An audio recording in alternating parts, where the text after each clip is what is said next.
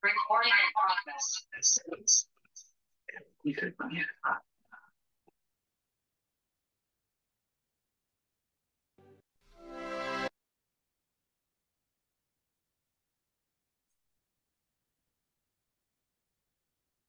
여기가 있는 교회 주일 예배에 오신 여러분들 주님의 이름으로 환영합니다. 오늘 2023년 7월 9일 이 아이가 있는 교회 온라인 주일 예배 시작하도록 하겠습니다. 사도신경으로 우리의 믿음을 하나님 앞에 고백하겠습니다. 나는 전능하신 아버지 하나님, 천지의 창조주를 믿습니다.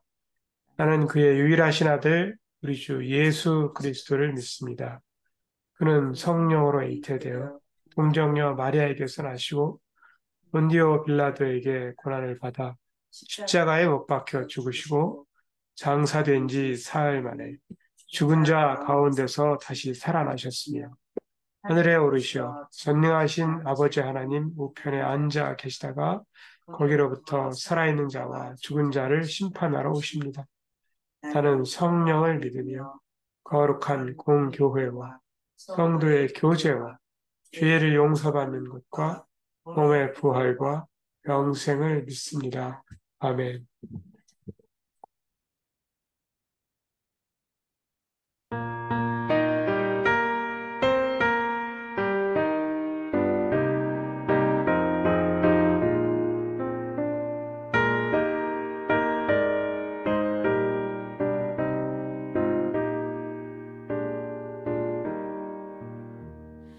세상이 캄캄하여서 참 빛이 없었다.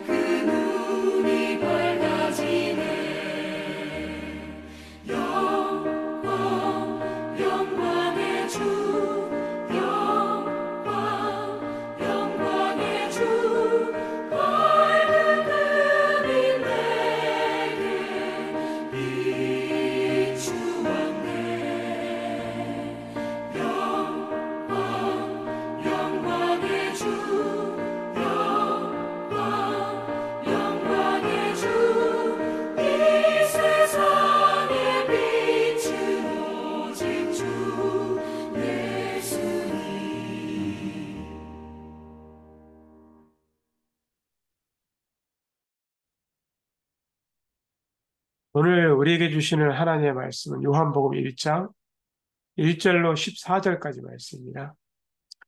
요한복음 1장 1절로 14절 말씀 함께 교독하도록 하겠습니다.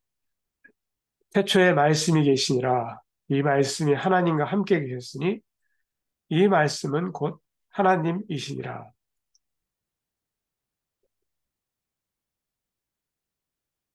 만물이 그로 말미암아 지은 바 되었으니 지은 것이 하나도 그가 없이는 된 것이 없느니라. 그 안에 생명이 있었으니 이 생명은 사람들의 빛이라. 빛이 어둠에 비치되 어둠이 깨닫지 못하더라. 하나님께로부터 보내심을 받은 사람이 있으니 그의 이름은 요한이라. 그가 증언하러 왔으니 곧 빛에 대하여 증언하고 모든 사람이 자기로 말미암아 믿게 하려 함이라. 그는 이 빛이 아니요 이 빛에 대하여 증언하러 온 자라. 참빛 곧 세상에 와서 각 사람에게 비추는 빛이 있었나니 그가 세상에 계셨으며 세상은 그로 말미암아 지은 바 되었으되 세상이 그를 알지 못하였고 자기 땅에 오매 자기 백성이 영접하지 아니하였으나 영접하는 자 곧 그 이름을 믿는 자들에게는 하나님의 자녀가 되는 권세를 주셨으니 이는 혈통으로나 육적으로나 사람의 뜻으로 나지 아니하고 오직 하나님께로부터 난 자들이니라. 말씀이 육신이 되어 우리 가운데 거하심에 우리가 그의 영광을 보니 아버지의 독생자의 영광이요 은혜와 진리가 충만하더라. 아멘.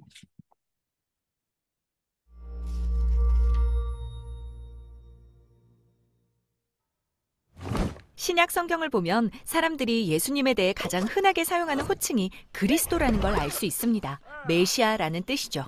그런데 의외로 예수님은 자신을 가리켜 그 호칭을 사용하신 적이 거의 없습니다. 대신 자신을 인자라고 부르셨죠. 인자요? 그게 무슨 뜻이죠? 네, 이 말은 구약의 다니엘서에 나오는 중요한 장면에서 유래하는데요.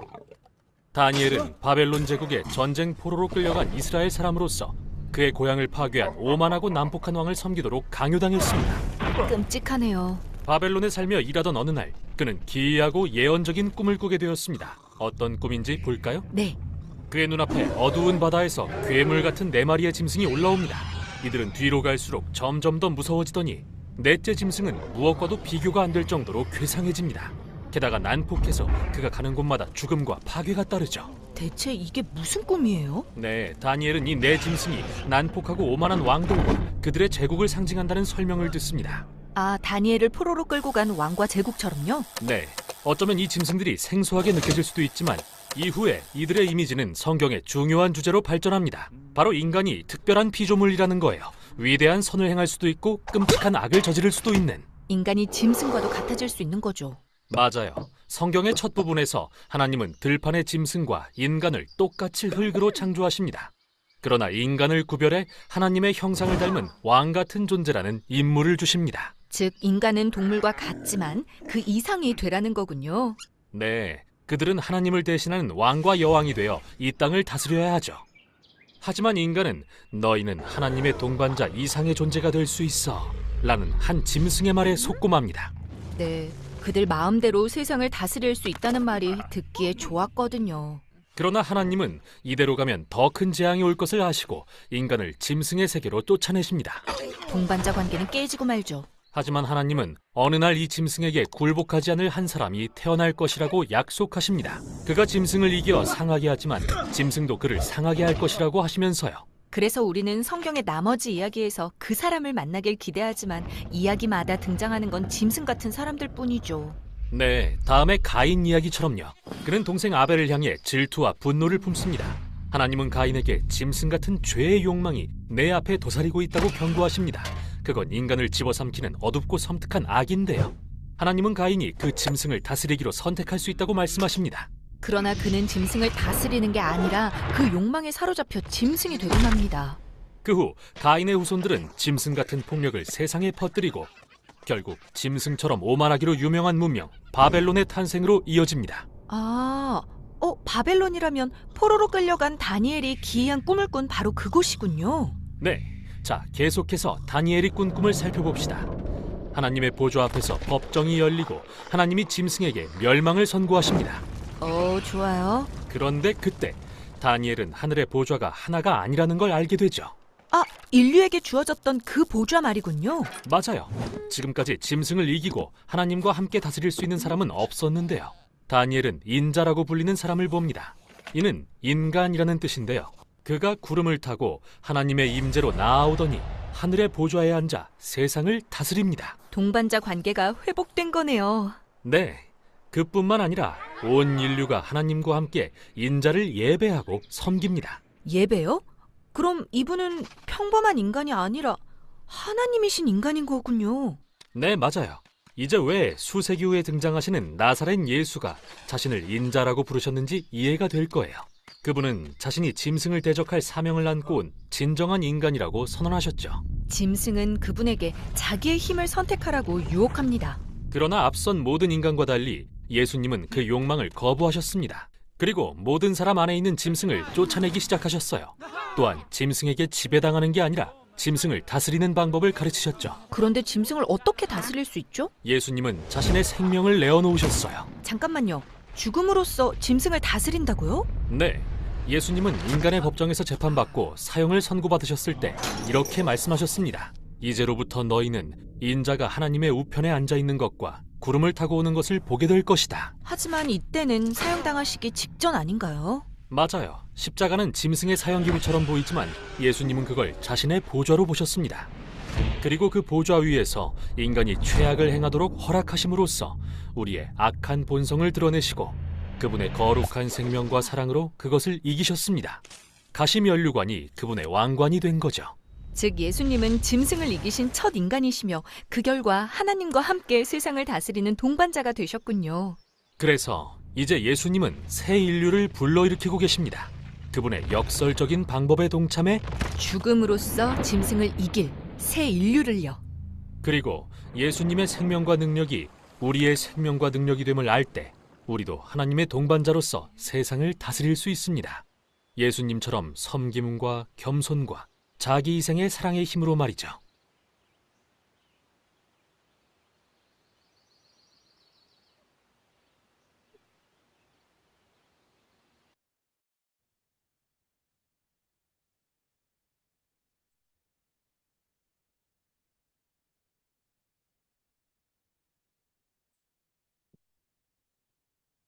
네, 오늘은 어, 예수님의 탄생에서 특별하게 그 예수 그리스도가 생명의 빛이다 이런 그 주제를 가지고 함께 이야기를 살펴보겠습니다. 오늘 말씀은 이제 마태복음 2장, 누가복음 2장, 요한복음 1장을 배경으로 하고 있습니다. 질문은 이제 하나님을 위해서 우리가 얼마나 멀리 갈 수 있을까? 뭐 이런 질문을 던지게 됩니다. 하나님은 사실 많은 일을 하고 계시죠. 근데 그 가운데 어떤 일들은 우리 인간의 제한된 관점으로 보면은 참 이해할 수 없는 그런 일들입니다. 그 가운데 하나가 참 비합리적이고 비논리적인 것처럼 보이는 갓난아기로 이 세상에 오신 거예요. 하나님이. 근데 하나님이 만약에 성숙한 인간으로 이 땅에 오셨다면 뭐 우리는 이해하기가 쉬웠을 겁니다. 또는 천사로 혹은 유령이나 환영 그리고 목소리로만 이 땅에 오셨다면 우리가 조금 더 하나님을 이해하기가 쉬웠을 겁니다. 근데 완전히 무기력한 갓난아기로 오셨습니다. 음식을 먹거나 스스로 말을 하거나 스스로 걷거나 이 자기의 대소변을 가릴 수 없는 그런 어린아이 갓난아기로 오셨다라고 하는 거예요. 그리고 출산이라고 하는 것, 출생이라고 하는 것은 사실 피와 땀과 비명과 점액과 이러한 혼란 가운데에서 이루어지는 것이죠. 굉장히 불편합니다. 보기에 참 흉하죠. 아주 위생적이지 않게 보입니다. 근데 인정하고 싶지 않지만 그 모든 경이로움에도 불구하고 이 출산이라고 하는 것은 성가신 과정입니다. 이게 하나님께서 이 땅에 오시기로 하셨던 그 선택하신 방법. 하나님은 얼마든지 기적적이고 또 예외적이고 또 어떤 장엄한 방식, 원하시는 방식 이런 것을 선택하실 수가 있었습니다. 그럼에도 불구하고 하나님은 평범한 인간의 길을 선택하셨다라고 하는 것이죠. 그것뿐만이 아닙니다. 설상가상으로 그분이 태어난 곳은 시골 농부의 외양간이었습니다.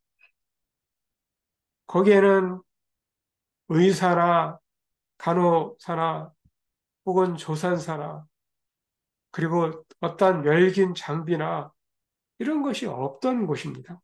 도시에야 그럴 것이 있었겠지만 거기에는 목수의 굳은 살이 박혀 있는 외양간입니다. 아주 정말 가장 낮은 곳입니다. 거기는 사람보다 동물이 더 많이 있는 곳이죠. 왕궁의 관리들이 새로운 왕자의 출산을 기다리고 있었다면은 그러면 좀 더 이해할 수 있었을 텐데 그게 아닙니다. 예수께서 출생하고 난 다음에 더러운 목자들 말고는 거기에 나타난 사람이 없었습니다. 그 이후에는 또 동방박사들이 찾아오기만 했지만 그 전부입니다. 사실은. 우주를 다스리시는 하나님이 그런 식으로 정말 자신을 낮추고 그렇게 대가를 치르시고 많은 것을 비우신다.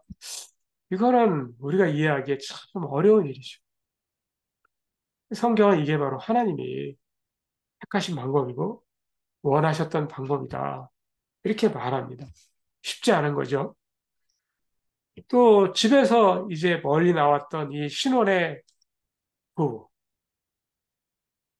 머물 곳이 없었습니다. 산모가 산통을 느낄 때 그들은 그 외양간으로 찾아가서 거기서 씨름해야 했습니다. 산모는 그곳에서 산고를 이기고 아기를 출산했고요. 그리고 정말 진정한 평화, 치유, 기쁨을 주시려 하시는 하나님의 뜻에 따라서 그 이후에는 이 마리아는 더 큰 고통을 겪게 되죠. 이 마리아는 남편이 그 구유통에 아기를 눕힐 자리를 마련할 때에 그 아기를 감싸기 위해서 천 조각을 준비해서 아기를 감쌌습니다. 그들은 동방 박사들이 멀리서 찾아오고 있을 거라는 또는 목자들이 천사들의 고지를 통하여서 구주 탄생의 소식을 듣고 방문할 거라 이러한 생각은 전혀 하지 못했습니다. 무기력한 아기로 이 땅에 오신 그분이 바로 우리의 하나님. 주먹을 쥐고 눈은 가늘게 뜨고 있는 이 작은 아이가 이제 생존하기 위해서는 정말 어찌할 바를 모르는 그러한 초년 부부, 신혼 부부를 의지하고 신뢰해야만 하는 그러한 상황입니다. 그는 하나님과의 약속을 제대로 지키지 못한 그 사람들을 구원하기 위해서 그런 모든 위험을 다 무릅쓰고 이 땅에 오셨다라고 하는 겁니다. 이 이야기는 인간에게 큰 의미를 사실 제공하지 못합니다. 감동이 없습니다. 왜냐하면 마땅히 존재해야만 하는 그 하나님의 방식과는 너무나 동떨어진 하나님의 모습이 바로 그 아기로 태어난 모습이기 때문에 그렇습니다. 그게 우리가 생각해 볼 수 있는 오늘 말씀이에요. 성경에 대해서 조금 더 생각을 해볼까요? 2000년 전이죠. 거기에 목자들이 있습니다. 어느 날 밤에 밖에서 양들을 지키고 있었는데 천사들이 나타나서 하나님의 메시지를 전했다. 그러면 여러분 어떻게 하시겠습니까? 놀래겠죠? 목자들은 그 당시에 높은 지위를 갖지 못했습니다. 좋은 직업도 아니었습니다. 천한 직업이었습니다. 거의 밖에서 동무들과 함께 살았습니다. 계속해서 그 가축들을 돌보고 접촉해야 됐기 때문에 냄새가 났습니다. 그리고 지정을 했습니다. 지정을 하다라고 하는 것은 단순한 묘사가 아니라요. 단순한 표현이 아니라 그 목자들의 조건입니다. 그들은 지정을 해야 됐어요. 위생적으로나 의식적으로나 부족한 사람들. 법정에서 증언도 못했어요. 또 회당이나 성전에도 마음대로 들어갈 수 없었어요.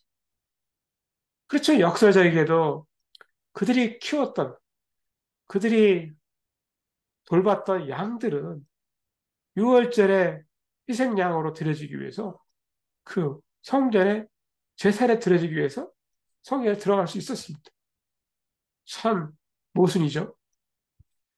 그렇다면 목자들은 천사를 보고 무엇을 느꼈을까요? 천사들이 나타났을 때 한밤중 아마 그들은 무엇을 내가 잘못했단 말인가? 이렇게 생각했을 거예요. 하나님이 부정한 사람을 좋아하지 않는다는 사실을 알기 때문에 하나님이 천사를 보내서 어떤 잘못을 알려주려고 오셨나? 이렇게 생각했을 겁니다. 근데 아마 하나님은 이제 그 세상의 부정함에 대해서 한계에 다다르셔서 무언가를 하실 준비가 되셨다. 이걸 보여주시는 것 같습니다. 천사들의 첫 마디가 이거예요. 무서워하지 말라. 두려워하지 말아라. 이게 목자들에게 했던 첫 번째 말씀. 천사는 언제나 이런 식으로 사람들과 대화를 시작해야 되는 것이 익숙한 말투입니다.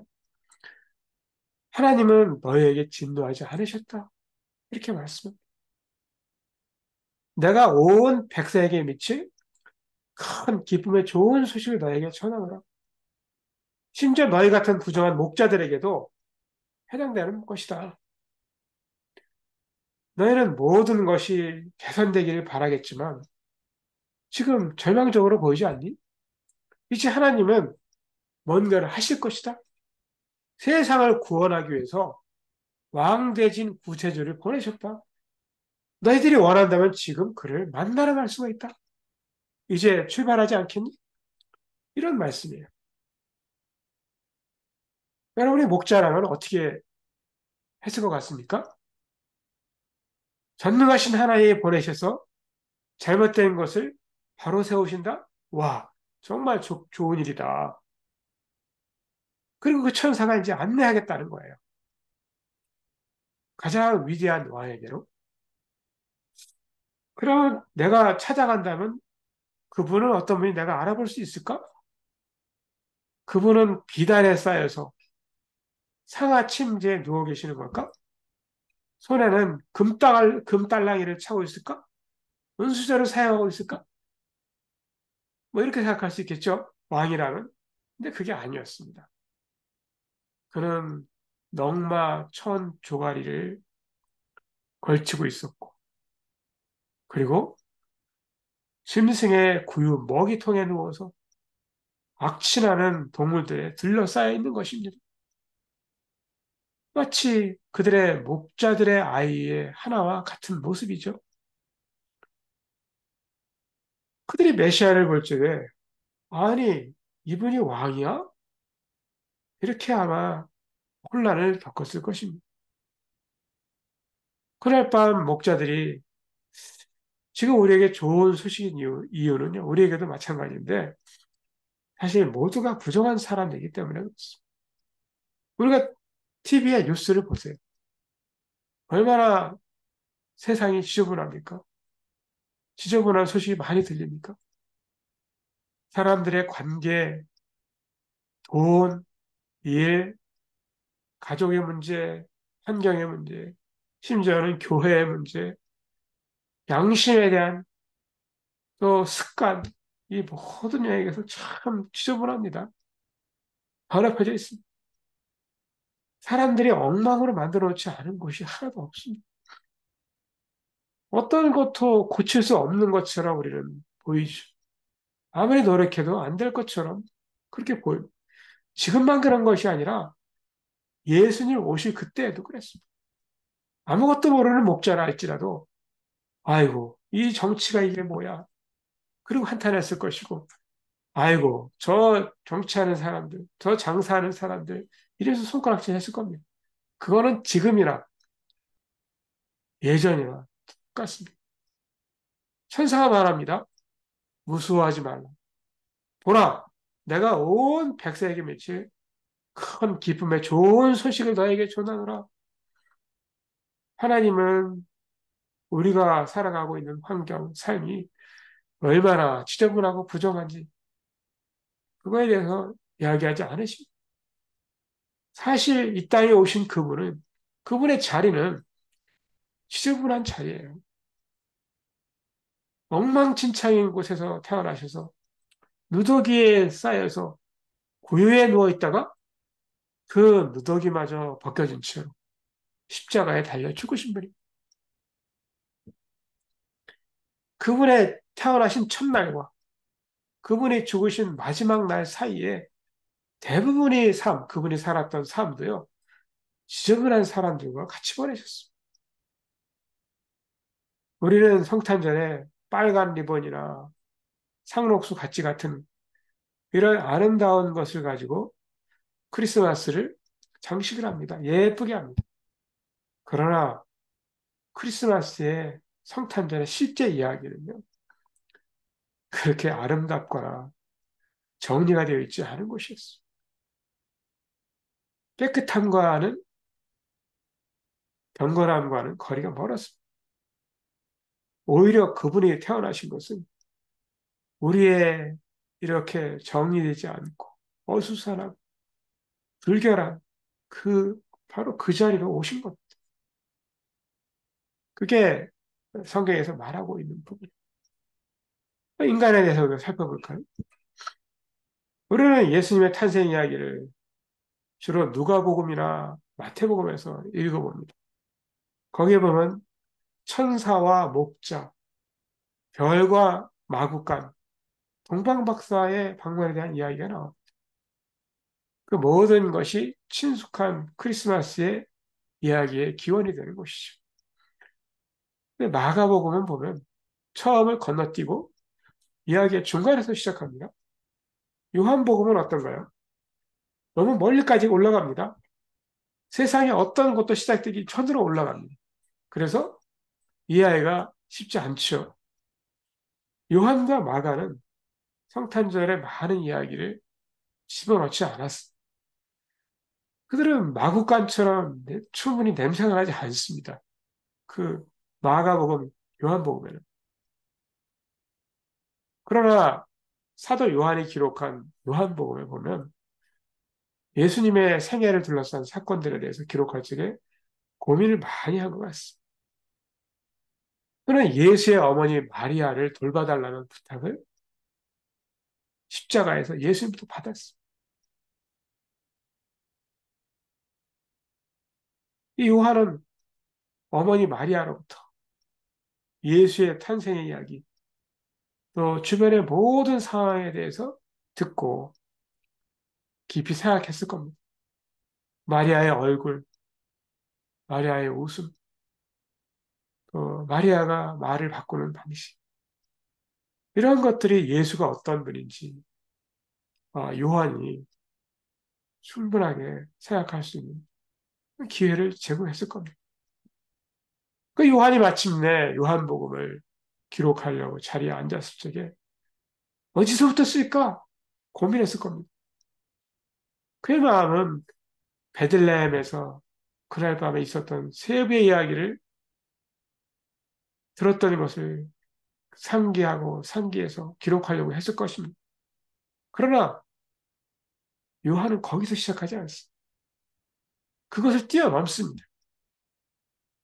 그 요한의 이야기는 말씀이라고 불리는 분, 그 말씀이 어둡고 죽어가는 세상에 어떻게 오셨는지에 대해서 시작을 합니다.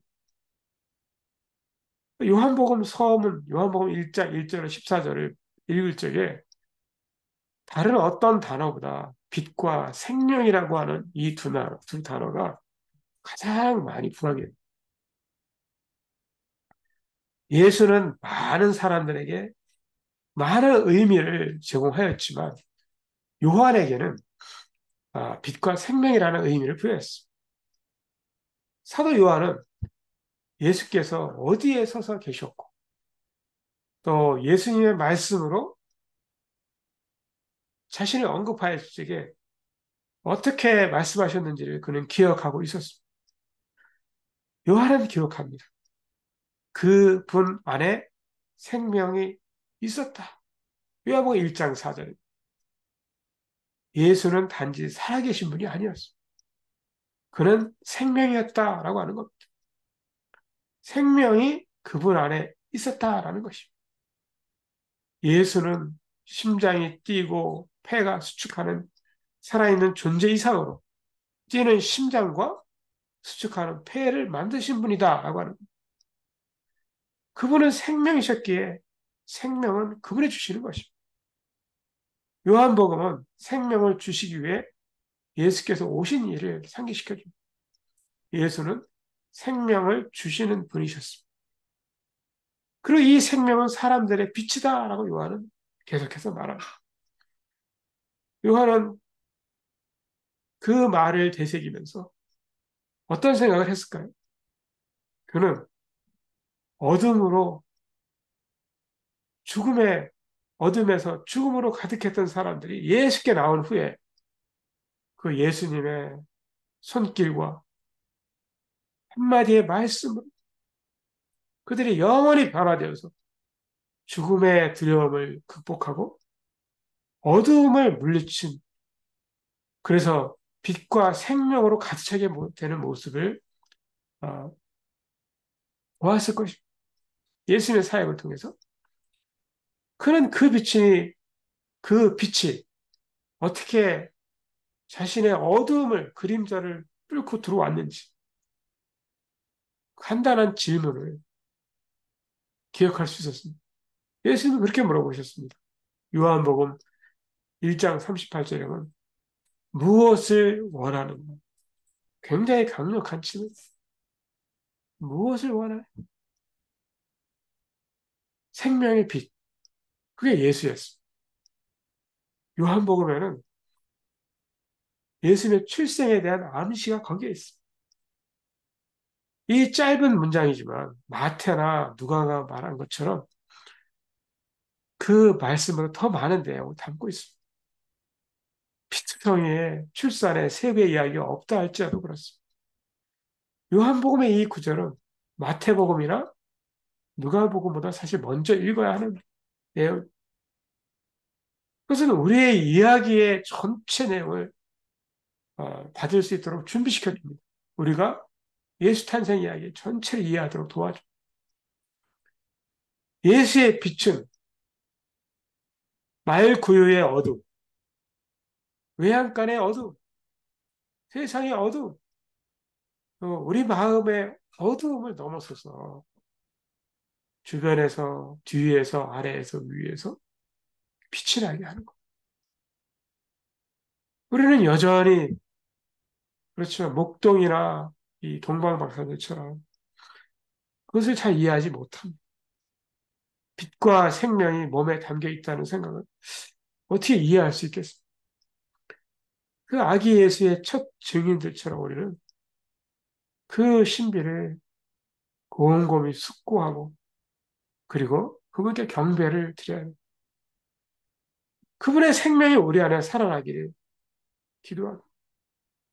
또 그분의 빛이 우리 마음에서 빛나기를 간구해야 합니다. 어떻게 그럼 오늘 말씀을 적용해 볼 수 있을까요? 한번 우리가 생각할 수 있는 가장 편안한 장소, 우리가 정말 생각해 볼 수 있는 가장 편안한 장소를 한번 떠올려 볼까요? 그곳에 따사로운 햇빛이 들고 새 소리가 들려오고 거기에 갓 구운 빵이 맛있는 냄새를 풍기고 있고 모닥불이 피워져 있고 고기를 굽는 냄새가 나고 또 거기에서 걱정할 것이 하나도 없는 편안한 곳이다라고 하는 그곳을 한번 상상해 보십시오. 얼마나 멋진 곳입니까? 또 얼마나 향기가 가득한 곳입니까? 또 내가 원하는 것을 수발 들고 도와줄 그런 사람들이 있는 곳이 그곳이라고 생각해 보십시오.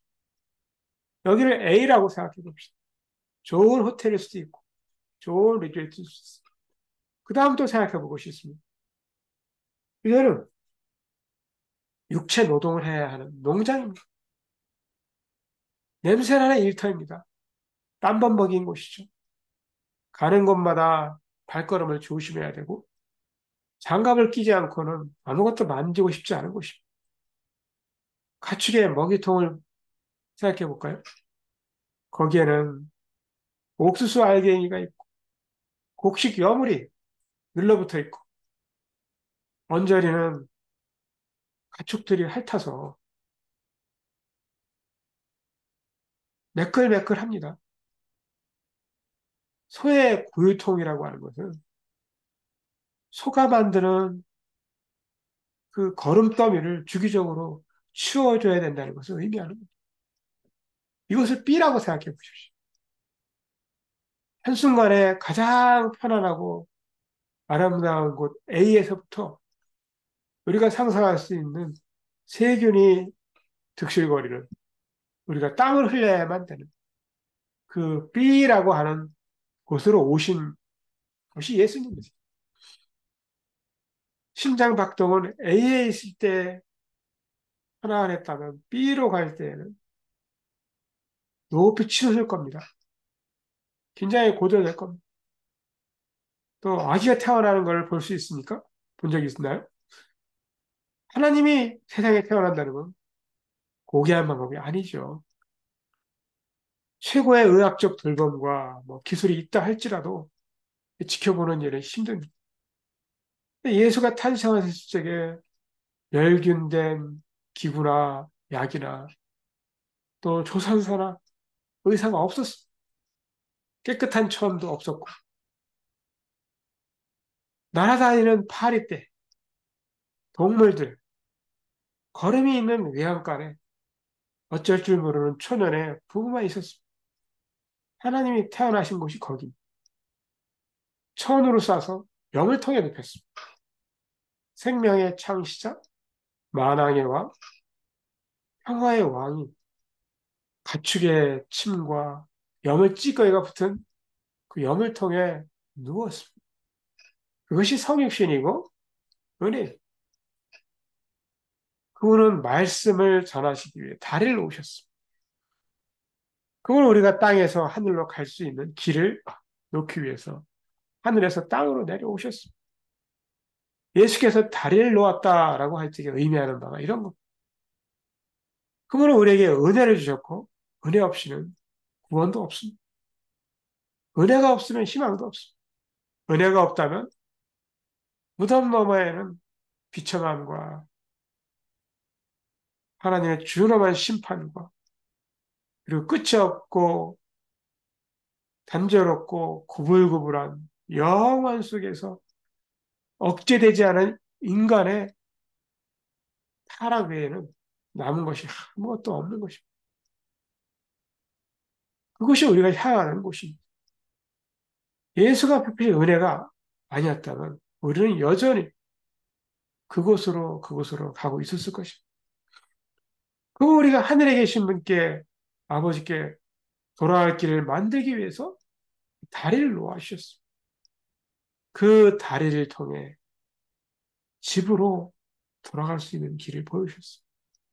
그리고 그 다리에 불을 밝혀 놓으셨어요. 이 세상에 겸손하게 어린아이로 오셨어요. 걷고 말하고 삶을 탐색하는 길을 어색하게 배우신 후에는 우리 각 사람에게 이제는 또 말씀하십니다. 그분의 나라에서 동일하게 걷는 법과 말하는 법과 삶을 탐색하는 법을 배우라 이렇게 말씀하시죠. 그분은 우리에게 요청하실 수가 있습니다. 그럴 자격이 있습니다. 우리를 위해 기꺼이 그렇게 사셨기 때문에 그렇습니다. 그렇다면 우리는 이제 그분을 위해 또 다른 사람들을 위해 동방박사들처럼 얼마나 멀리까지 이렇게 갈 수 있을까요? 그걸 생각하면서 오늘 말씀을 마치고 기도하는 시간을 가지도록 하겠습니다. 함께 하나님 앞에 찬양하고 또 기도하는 시간 갖도록 하겠습니다.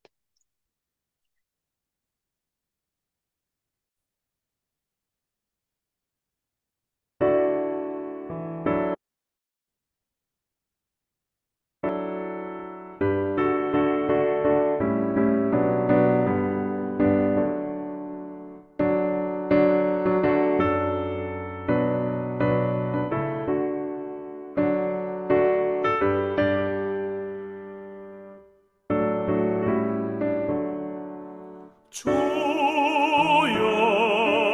나의 생명 나의 정성 드립니다. 이 작은 나의 생명 나의 정성 다해 주님만을 위하여서 살기 원하오니 주여 잡아주소서 나를 잡으소서 주님만을 위하여 살게 하소서. 불같은 성령으로 충만케 하옵소서. 환난이 와도 핍박이 와도 주님만 위해 살게 하소서.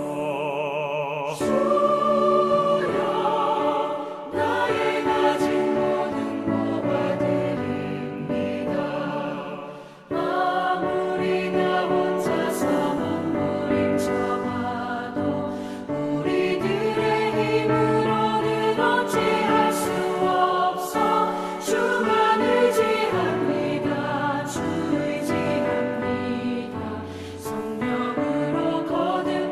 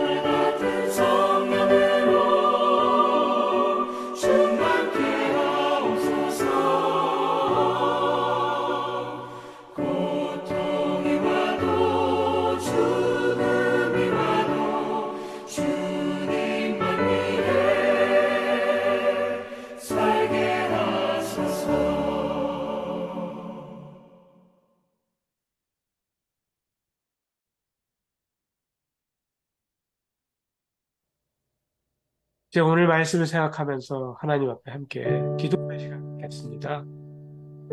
예수님의 탄생을 생각하며 우리 자신과 가정과 교회와 나라와 민족을 위해서 이 시간에 함께 기도하도록 하겠습니다. 사랑하는 하나님 아버지, 이 시간에 하나님 앞에 나와 예배하며 우리의 모습을 돌아보게 하시고 우리의 믿음을 하나님 앞에 다시금 세울 수 있게 하시니 감사합니다. 하나님 아버지, 그와 동일한 모습으로 어린아이의 모습으로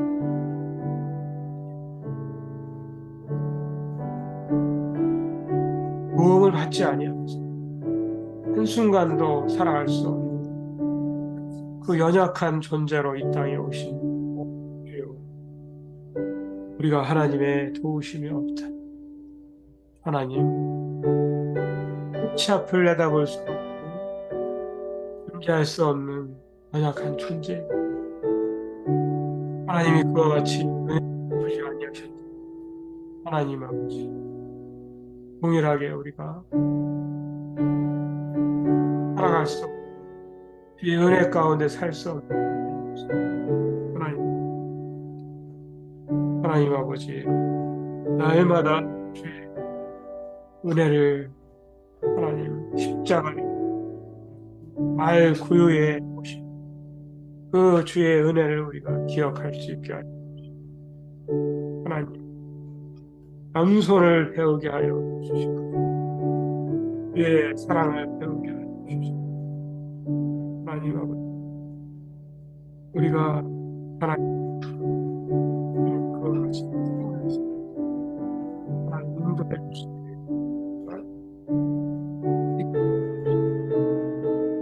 하나님 아버지, 가정마다 지켜주시고 개인마다 지켜주셔서 하나님 아버지, 하나님 가정을 세우게 하여 주시고 주여 교회를 세우게 하여 주시고, 하나님 우리 자신이 그와 같이 세워질 수 있도록 도와주시옵소서. 하나님 아버지, 우리가 교만함을 갖게 하여 주시고, 하나님 내가 할 수 있는 것이 아니라 주님 내가 감당할 수 있는 것이, 주여 내가 은혜를 알지 못할 여전히 죄악 가운데 하나님 인간의 완강 가운데에서 살아갈 수밖에 없는 하나님 아버지, 어둠의 존재인 것입니까? 사랑하는 주여, 생명의 빛으로 이 땅에 우리에게 생명을 주시기 위하여 이 땅에 그 주님을, 그 주의 사랑을, 그 하나님 희생을 알게 하여 주시옵소서. 사랑하는 주께서 저희가 있는 교회 하나님 아버지 함께 예배할 적에 하나님 아버지 우리를 주의 도구로 주의 이름을 높이는 하나님 몸된 교회 원고하게 하나님 아버지 이날을 구별하여 거룩하게 하나님께 이르게 하여 주시옵소서. 하나님 아버지 마음으로 숨쉬고 하나님을 만나고 예배하고 높이는 시간이 될 수 있도록 하나님 도와주시옵소서. 연약한 육신을 붙잡아 주시옵소서. 하나님 아버지 자녀들을 기억하여 주셔서 주의 믿음으로 주의 진리의 말씀으로 하나님 키워주셔서 하나님 아버지께서 하나님 아버지 이 땅에 짐승과 같은 하나님 사악한 악한 자들의 하나님 위험으로부터 하나님 아버지 공격으로부터 지켜주시고 하나님 주의 승리 예수 십자가의 승리로 하나님 날마다 승리하는 삶 사실 때 우리에게 지지 않게 해주시고 시험에 넘어지지 않게 하여 주시고 우리 주 예수 그리스도 주님의 권세와 능력 이길 수 있도록 하나님 아버지 도와주시옵소서. 예수로 기도합니다.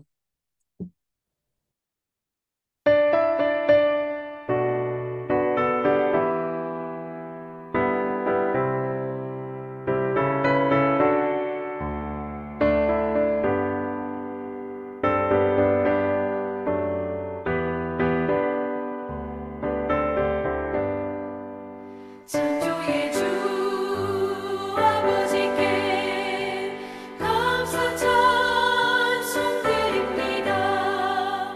부름받은 자녀들이 주의 전에 함께 모여 찬송하고 기도하며 몸과 마음 모두어서 주께 예배드리오니 아버지여 받으소서. 은혜의 주 구세주여 용서하여 주옵소서.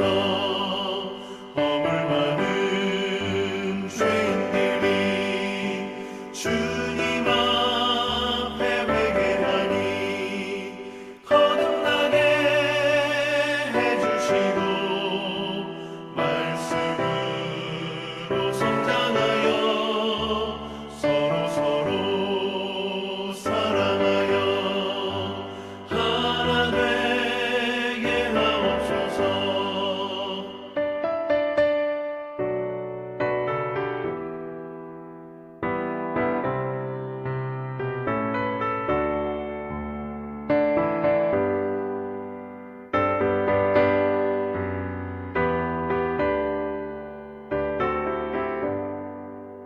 능력의 주 성령이여 새 마음을 주옵소서.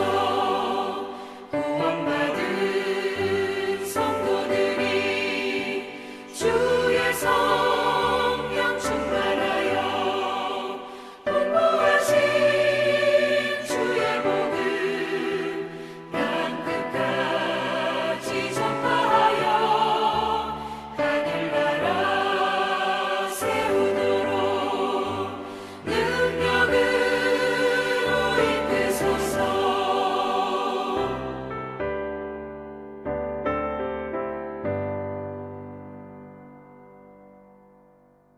함께 기도하는